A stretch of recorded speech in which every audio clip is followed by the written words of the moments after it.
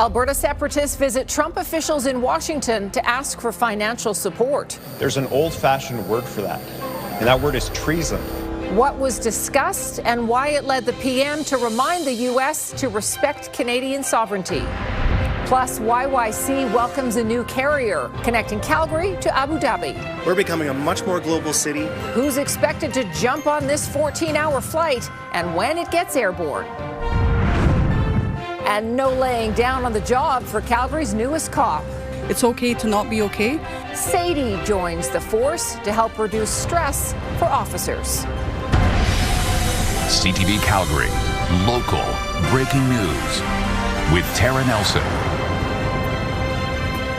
Hello and thank you for joining us. BC Premier David Eby spoke out today on Alberta's separatist movement, referring specifically to a meeting between members of the group and White House officials, calling their actions treason. Strong words from Eby as the Prime Minister was hosting his provincial counterparts in Ottawa. As Tyler Barrow reports, the Alberta separatist group is not taking kindly to the accusation. Jeffrey Rath spent this week shaking hands with fellow Alberta separatists at a Calgary rally, but he's also been busy traveling to the U.S. Capitol to court support and money from the Trump administration. Whether that facility would be available on a going forward basis, and whether it's with U.S. Treasury or Goldman Sachs or J.P. Morgan through a bond issue or whatever, we're looking at all of the options. The lawyer for State Free Alberta says he's had several discussions last year with U.S. State Department officials that include doing a feasibility study on whether to ask for a $500 billion credit facility from them in the event of a successful independence referendum. BC Premier David Eby had harsh words for the idea. To go to a foreign country and to ask for assistance in breaking up Canada, there's an old-fashioned word for that, and that word is treason. At the First Minister's Conference in Ottawa, Alberta Premier Daniel Smith says the decision for a group to meet with U.S. officials is a reflection of their discontent with Ottawa. I'm not going to demonize or marginalize a million of my fellow citizens when they've got legitimate grievances. Prime Minister Mark Carney says he's never discussed Alberta independence with U.S. President Donald Trump. We expect the U.S. administration to respect Canadian sovereignty. The U.S. State Department said it regularly meets with civil society types and no commitments were made. A similar response from the White House, which tells CTV News no support or commitments were conveyed. Meanwhile, First Nations leaders gathered in Edmonton Thursday to stand against Alberta separatism or becoming the 51st state. Stop disrespecting treaty rights, stop undermining the Constitution, and don't let ambitions of a few put the rights and stability of many at risk. While these First Nations leaders are worried about foreign interference, Calgarians say treason allegations aren't warranted. I think it's unfair what he said. It's not quite treason. I'm not sure a single meeting is enough to call something treason. I don't think he has a right to make any kind of comments regarding Alberta's people choices. Jeffrey Rath has another word for it. It's ludicrous, right? I mean, we're there on a fact-finding basis. If there's nothing treasonous about it. And Tyler joins us now. Tyler, the topic is sparking a lot of reaction from a lot of politicians today.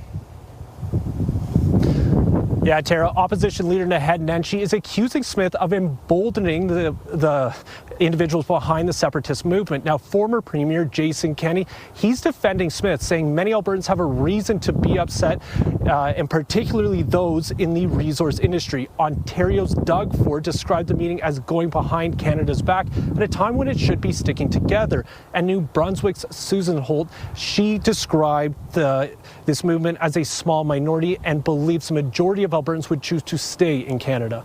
Tara? Okay, Tyler, thank you. Now, also during the First Minister's meeting, Premier Daniel Smith discussed a new potential pipeline route to BC. Stephanie Thomas joins us. And Stephanie, it appears Kitimat is off the table. Tara, discussions between premiers and the Prime Minister seem to be moving forward to find new ways to transport Alberta bitumen to Tidewater. Now, Premier Daniel Smith says the pipeline path may not run through to Kitimat on BC's northern coast after all. The comments were made during the First Minister's meeting in Ottawa earlier today. She says Kitimat is too tricky to navigate and other deep water ports are being considered. Smith didn't mention Prince Rupert, but Metro Vancouver could once again be an option. However, she didn't say whether that means expanding capacity of the Trans Mountain pipeline further or tripling the line. Premier Eby has spoken about expanding the Trans Mountain pipeline. I think that if we could move at pace on that, I think that would be one of the pressure release valves. But for sure, there is an open and robust market waiting for more Canadian energy. She added that countries in Asia are keen for Alberta's energy, and she's calling on Ottawa to move quickly so that a private proponent would feel comfortable to back a pipeline project. Tara? Okay, Stephanie, thank you. And Alberta First Nation is advising its band members to take precautions when crossing into the United States, even though centuries-old treaty rights should protect them. The Blood Tribe First Nation near Lethbridge says they've been informed that some of their members have been stopped and detained by ICE agents while crossing the Canada-U.S. border. The Blood Tribe says a treaty from 1794 should prevent any issues for its band members when they cross back and forth across the border. Federal Conservatives are in Calgary to chart out the party's path forward after last spring's election loss. Delegates will also decide whether Pierre Poilievre is still the right person for the party's top job. Here's Jordan Canagan. The chairs are ready and the stage is set for the Federal Conservative Party's national convention. This is the only time he will have this year where he gets 3 days, basically, 3 days of attention on him in a venue that he controls to the nth degree. The Calgary event offers a chance for a reset and to chart a path forward. Pierre Poilievre will face a leadership review after losing the election and his Ottawa seat, giving delegates a chance to vote on whether he stays on. I will be voting to keep him. I do think he's the best person to continue to lead this party. And I'm torn, honestly. I feel like part of me believes that, I like an underdog. I love a good redemption story, but I also want the message to come across very clearly that mistakes were made. Mistakes in a campaign that saw the Conservatives lose a double-digit lead in the polls and fail to form government. Still, support for Poilievre is expected to remain high. I think that he's going to do well, but that's the beauty of our membership, is that it's in their hands to decide. I just have one vote, so it's every member who attends here as a delegate will have an opportunity to contribute to that. Delegates and members will also have their say on policy. Priorities will be discussed in sessions through Friday and Saturday, though Poilievre isn't bound by any proposals that make it to the floor. But it will be an opportunity for the party and for Mr. Poilievre's team to engineer, if you want, an issue onto the floor or a set of issues on the floor that they're interested in. If they take advantage of that opportunity, Mr. Harper certainly did in 2005, that'll be an indication of what they're investing their time and effort in. Jordan joins us from the BMO Centre tonight. So, Jordan, what else can we expect from the convention? Well, Tara, delegates have been here for hours already today, but the official kickoff for this convention only started about 5 minutes ago. You can probably hear Brent Kissel is performing on stage right behind me. So more discussions will turn to policy, and although those discussions will take up most of the time, tomorrow it will, most of the eyes will be on stage tomorrow. And that is because Pierre Poilievre is the keynote speaker. That starts at 6:30 in the evening. Right after that speech wraps, that's when delegates will have their opportunity to vote on whether Poilievre should remain leader of this party. Tara? Okay, Jordan, thank you. This is CTV News, Calgary. Calgary is the newest destination for Etihad Airways. Recently voted the world's safest airline by Airline Reviews, it is now connecting two major energy cities, Calgary and Abu Dhabi in the United Arab Emirates. The new route is expected to boost tourism, trade and investment. Tyson Fedor reports. Calgary's Blue Sky City will soon welcome travelers from the Middle East. Abu Dhabi and Calgary are both global centers of energy, innovation and expertise. Non-stop direct flights with Etihad Airways from Abu Dhabi in the United Arab Emirates to Calgary. Flight time around 14 hours. Our modeling shows that there is a big demand for it because of that onwards connectivity and also feeding into what we are, which is a hub that connects all of Western Canada. A recent trade deal negotiated between Prime Minister Mark Carney and several Middle East countries provided access to new carriers. Canada opened up 14 airport slots, creating more competition. Also, how much cargo traffic is going along with that? How much investments are going there? You know, what's the business travel? What's that looking like? Because if the business travel is healthy, that means deals are being made. Abu Dhabi and Calgary are two global energy juggernaut cities.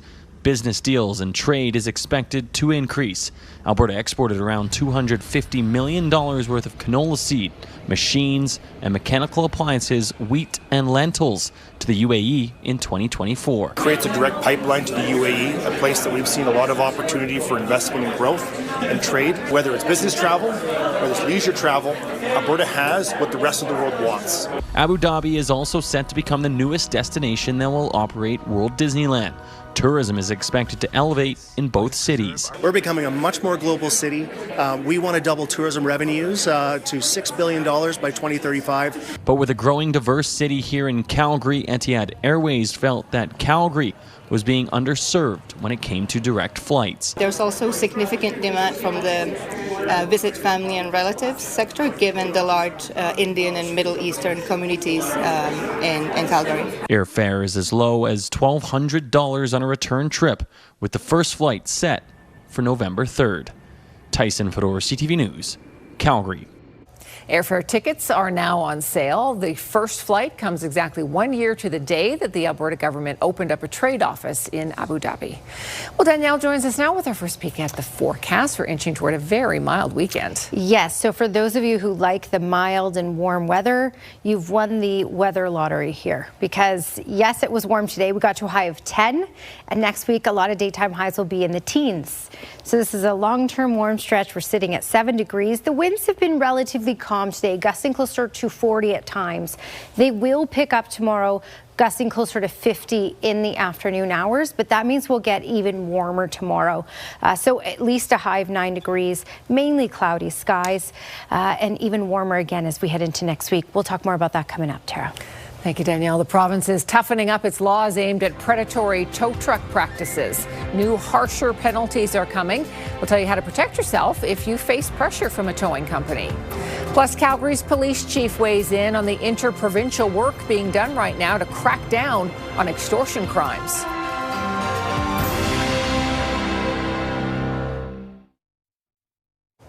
RCMP are on the hunt for several suspects after a home invasion in southwest Airdrie this morning.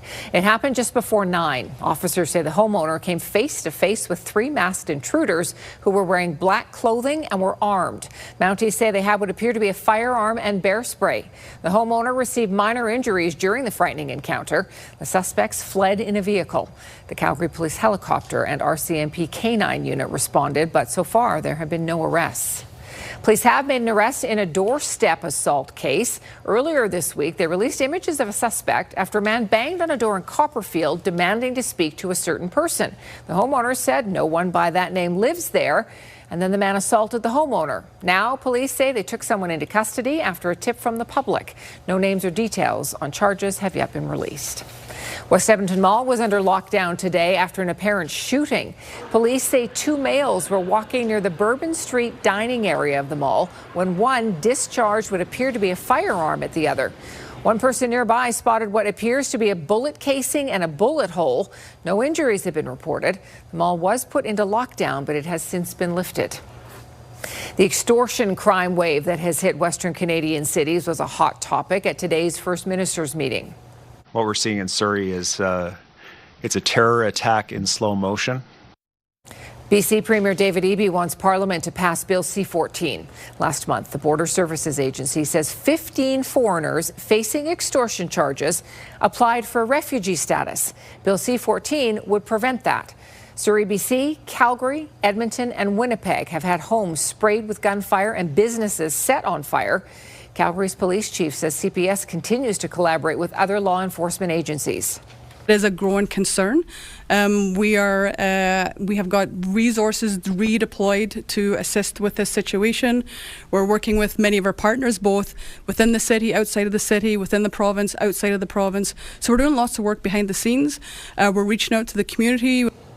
The chief says a town hall meeting is planned for Thursday of next week in the community of Redstone, where a gunman fired several shots into a home last weekend. This is CTV News, Calgary. Let's bring Danielle back in as we look ahead to our 5-day forecast. Yeah, it's a toasty 5-day forecast. So if you thought today was mild and warm, wait till you see what happens next week. All right, so let's start out here. Temperature-wise, we are well above normal. Normal daytime high is -2 in Calgary, and today we got up to 10. We're at 7 right now as things cool off for the evening. Also 7 in Lethbridge. Brooks and Medicine Hat got over the freezing mark today, so it did take a little bit of extra time for the warm air to make its way further to the east, but we got above freezing and still sitting above freezing in Medicine Hat. It's 3 in Milk River, 5 in Pincher Creek. All right, this is the trend that we are in for the long haul here, right through next week. It looks like the weather pattern will really start to change next Sunday. But until then, the jet stream in the darker green here will remain mainly above us, and it's allowing for a push of air, warm air from the south. We have the Chinook setup right now, so that warmer air down the lee side of the Rockies. So everything working in our favor to pump up our temperatures and give us that stability. So we do need moisture. It's not at all in the longer term forecast, just little blips here and there. I'll show you that in a moment.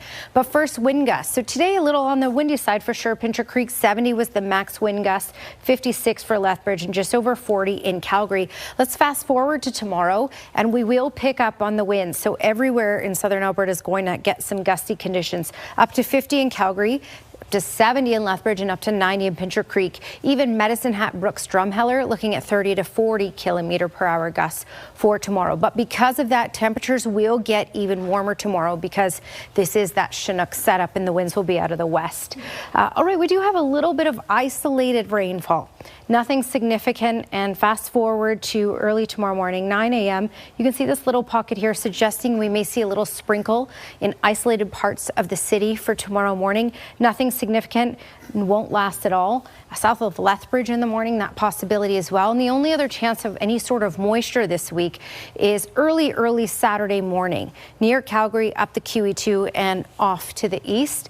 It may be a decent blip, maybe a millimeter, somewhat decent. Not anywhere near what we need, but something that could fall early Saturday morning, and most of you will be sleeping. All right, your Action Furnace 5-day forecast at 9 degrees tomorrow, windy gusts around 50 kilometers per hour, especially in the afternoon, up to 10 on Saturday, Sunday 8, and checking out that 10-day trend, Tuesday, Wednesday, Thursday, Friday of next week in the double digits, and most of those even in the teens. Tara? Thank you, Danielle. Police believe speed was a factor in a fatal crash on Barlow Trail. The driver hit the median and crashed into a traffic signal pole at the 7th Avenue intersection. The man in his 20s was pronounced dead at the scene.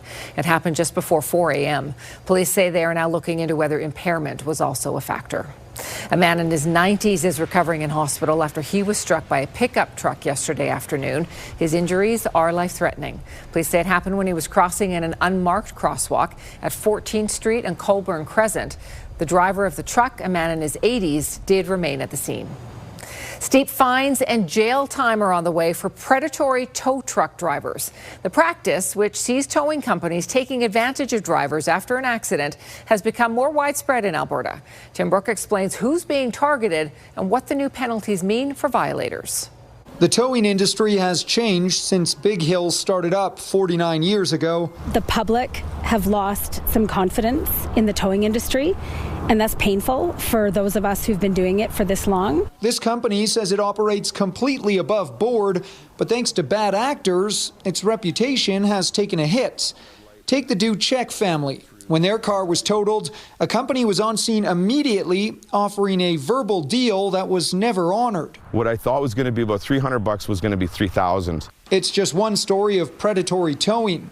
Operators often show up to crash scenes before even emergency crews. Once there, they'll use aggressive tactics to get drivers on their side and then hand out sky-high invoices after the fact. You know, after an accident, your adrenaline's pumping, you're kind of panicked, and you think these guys are there to help you, and they're really not. And so changes are coming. Starting in April, violators could face fines as high as $300,000 or up to 2 years behind bars. A lot of them is related to organized crime.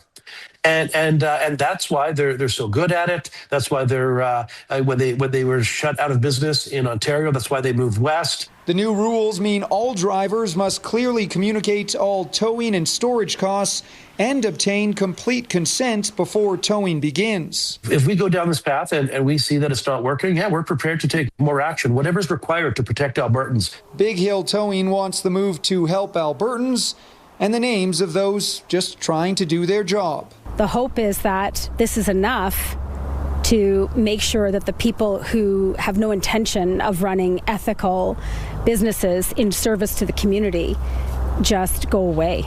Tim Brooke, CTV News, Calgary. Legitimate tow truck drivers will never use high-pressure tactics to get your business. If you're involved in a collision and you require help, it's a good idea to wait for first responders before agreeing to have your vehicle towed. Just ahead, feeling the pressure of the affordability crisis. We'll tell you which costs Canadians say are now their biggest concern. And one little belly scratch should bring your blood pressure down. That's the hope for Calgary police officers when they interact with this furry new stress buster.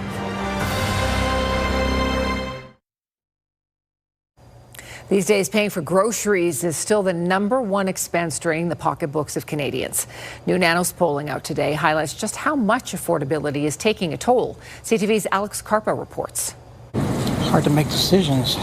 A trip to the grocery store is not an easy one for Ben Nye. It's really expensive here. Soaring prices at checkout are forcing him to carefully consider what meals he can afford to make. That's not bad. $4.99. Being currently unemployed and searching for work has made it a struggle to pay the bills. As a consumer, we're being hit hard, and it's being difficult for us to actually be able to afford anything anymore. Nye has even resorted to selling many of his things just to cover costs. It's difficult trying to make ends meet. Like Ben, many are feeling the impacts of rising grocery prices. A new survey finds that the biggest concerns around costs for Canadians is right here at the grocery store. A new Nanos research poll for CTV News finds grocery prices worry Canadians more than housing costs as inflation continues to rise.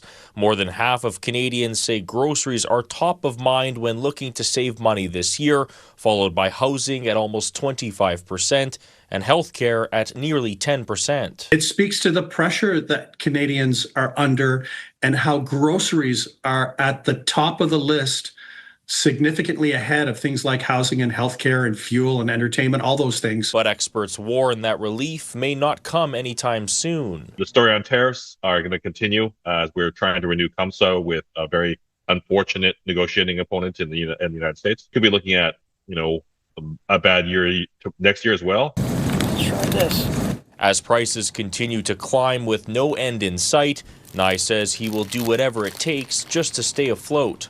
Alex Carpa, CTV News, Winnipeg. You'll have to pay a little more to camp in BC parks. The BC government is introducing a new non-resident fee of $20. It will apply to front country and backcountry sites, along with cabin rentals in provincial parks. The Beauron Lake Canoe Circuit and Berg Lake Trail are exempt. BC Parks says it's seeing record levels of use, so it's increasing fees to help maintain facilities. 59 high-use parks will also be charging more for camping during the peak summer season.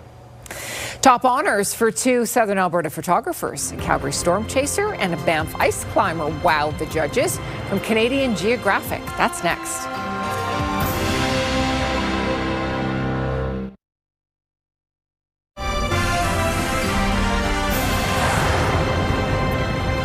Two Southern Alberta photographers are among those taking top honors in the Canadian Geographic Photo of the Year competition. Our Kevin Green caught up with them today as they celebrated the honors.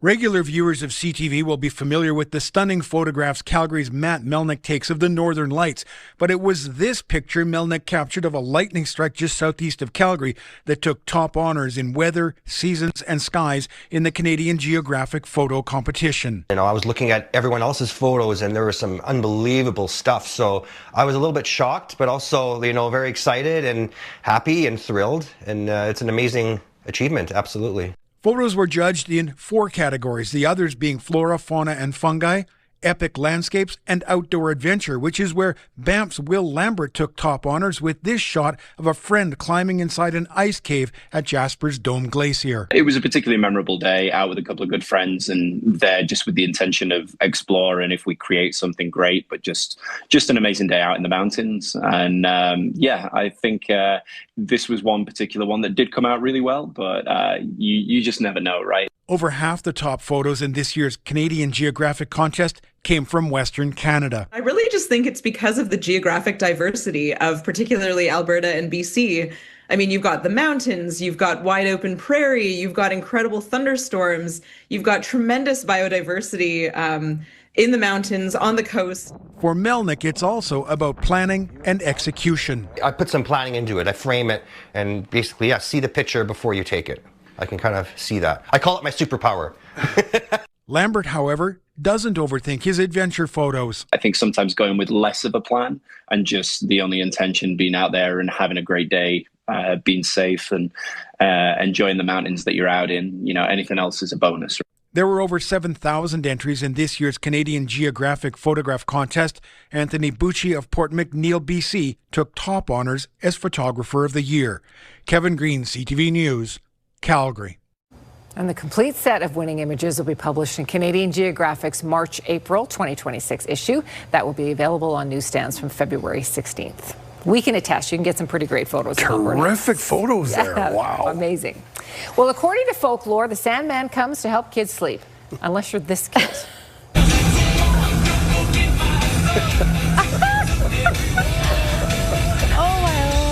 This kid. 2-year-old Arlie, he loves Metallica's Enter Sandman, and he's got the moves to prove it. He is rocking out to that song. Doesn't matter when or where. He can't control himself when that song comes on.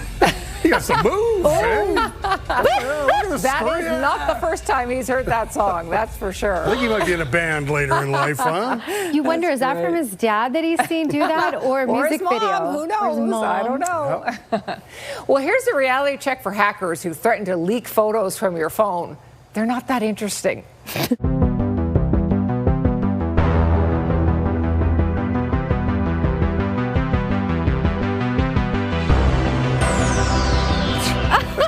Nearly 9 million people have viewed this video, and they agree.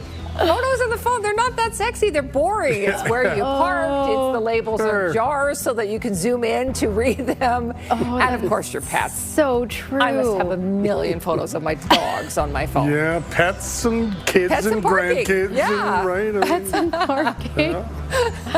That makes total sense to me. Well, a talented 2-year-old has pocketed a pair of impressive Guinness World Records. Trick shot, Gina. Okay, remember I said 2. This is Jude Owens from Manchester, right on cue as the youngest person to ever make what's known as the snooker double pop. No That's a way. shot that sinks 2 balls into 2 different pockets. How old? 2. What? He has to stand on a stool and sometimes lay across the snooker table. He has already secured snooker sponsorship. Well, I have to stand on a stool and sometimes lay on the table, but I still can't make shots slightly like that. I know. We got a rock star, we got a pool player, we got it all here. Well, the coolest babies are in trending tonight. Well, there's a bigger gap between Canadian imports and exports. New data on our trade deficit is coming up in our business report.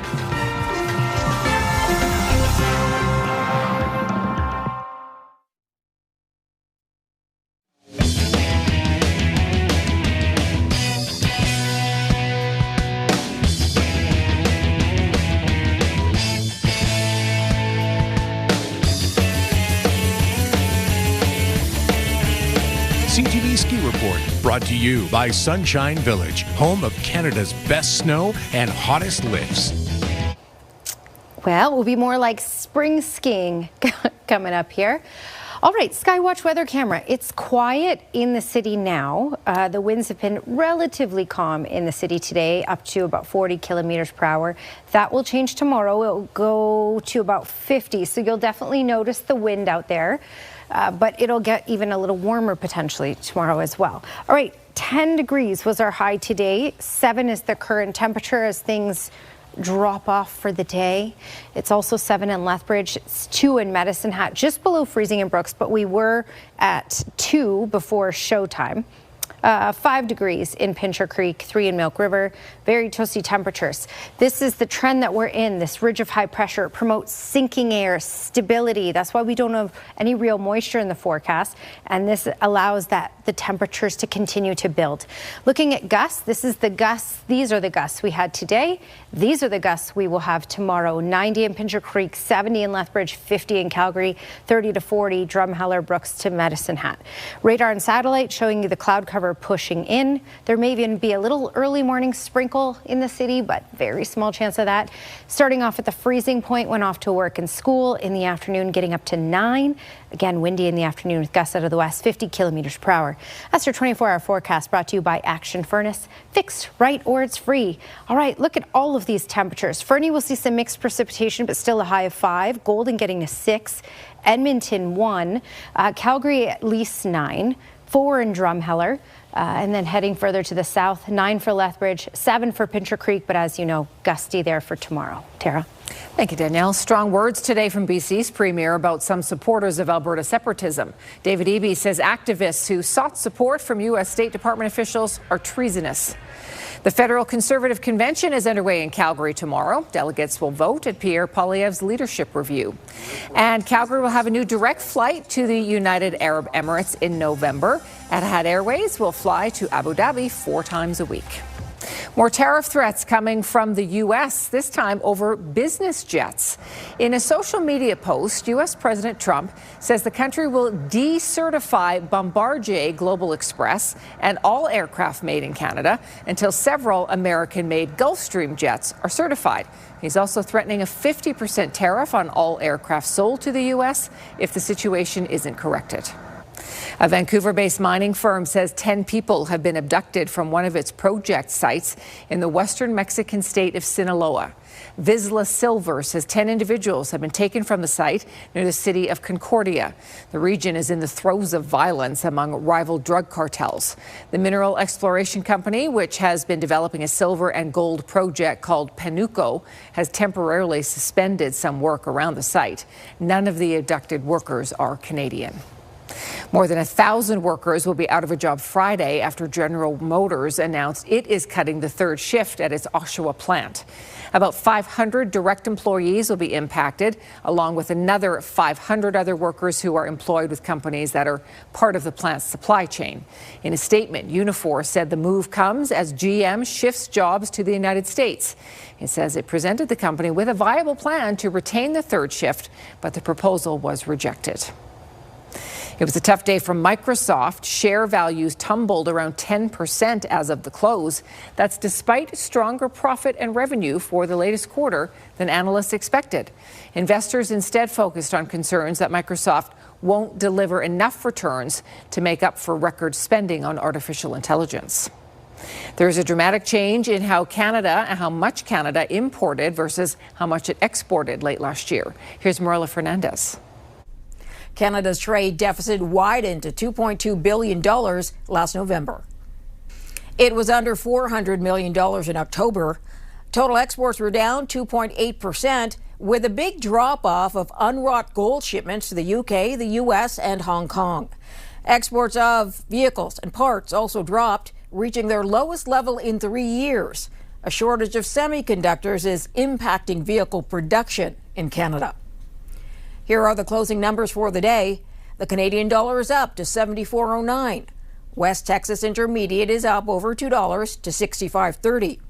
Western Canadian Select up almost $1.50 to 48.56. And the TSX lost 159 points today, but is still above 33,000. Those are your business headlines. I'm Marilla Fernandez. New research is adding support to health warnings about alcohol consumption and cancer risk. Researchers at the U.S. National Cancer Institute focused on the relationship between lifetime drinking habits and colorectal cancer. They looked at 20 years of data from more than 88,000 participants. They found that heavy drinkers with a lifetime average of 14 or more drinks per week were almost twice as likely to develop rectal cancer and 25% more likely to develop some kind of colorectal cancer.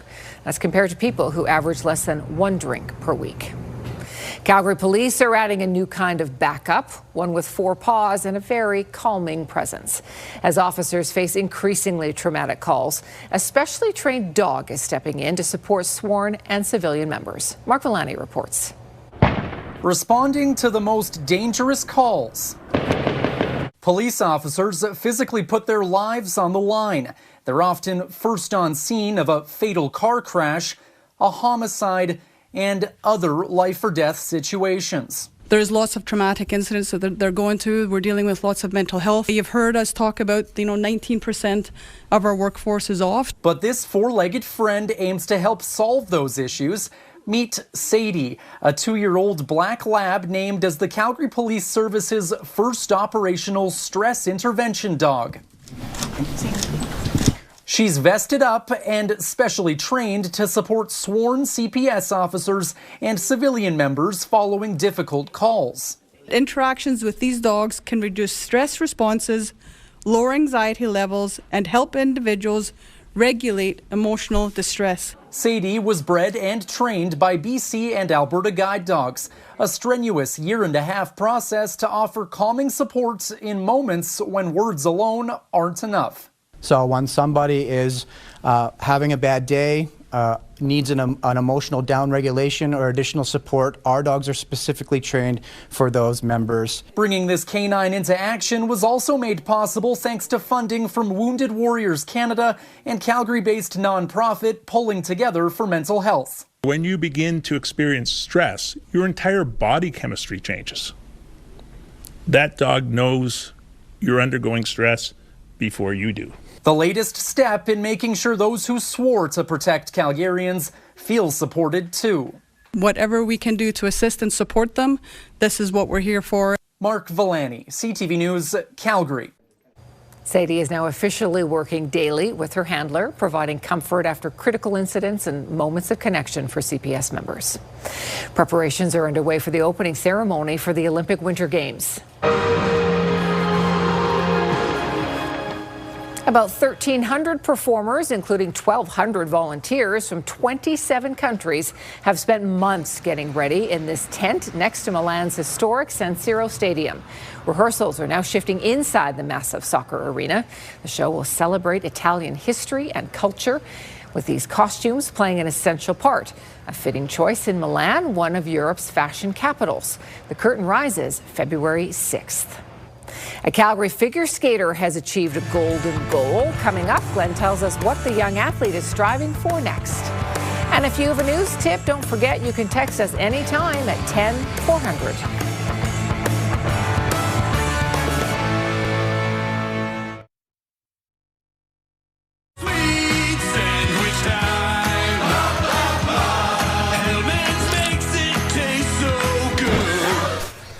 Well, you heard of Neil Diamond's Sweet Caroline. How about Neil Diamond's Sweet Sandwich Time?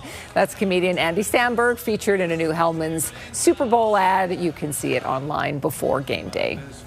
This has become a huge event in our city. Glenn is back with us. We're talking about the Crochaw Classic. Tara, it's always such a great atmosphere at these games. Mount Royal University up against the University of Calgary. Both the men and the women battling it out. We're going to start off with the women's game early in the second. Dinos get on the board first. Caitlin Perlinger, shot from the point, gets through. That's a big goal for the Dinos. It's 1-0. Later in the first, the Cougars, great chance to tie it up. Kiana McNinch rings it off the post, and then Ali Gerard can't beat Amelia Awad.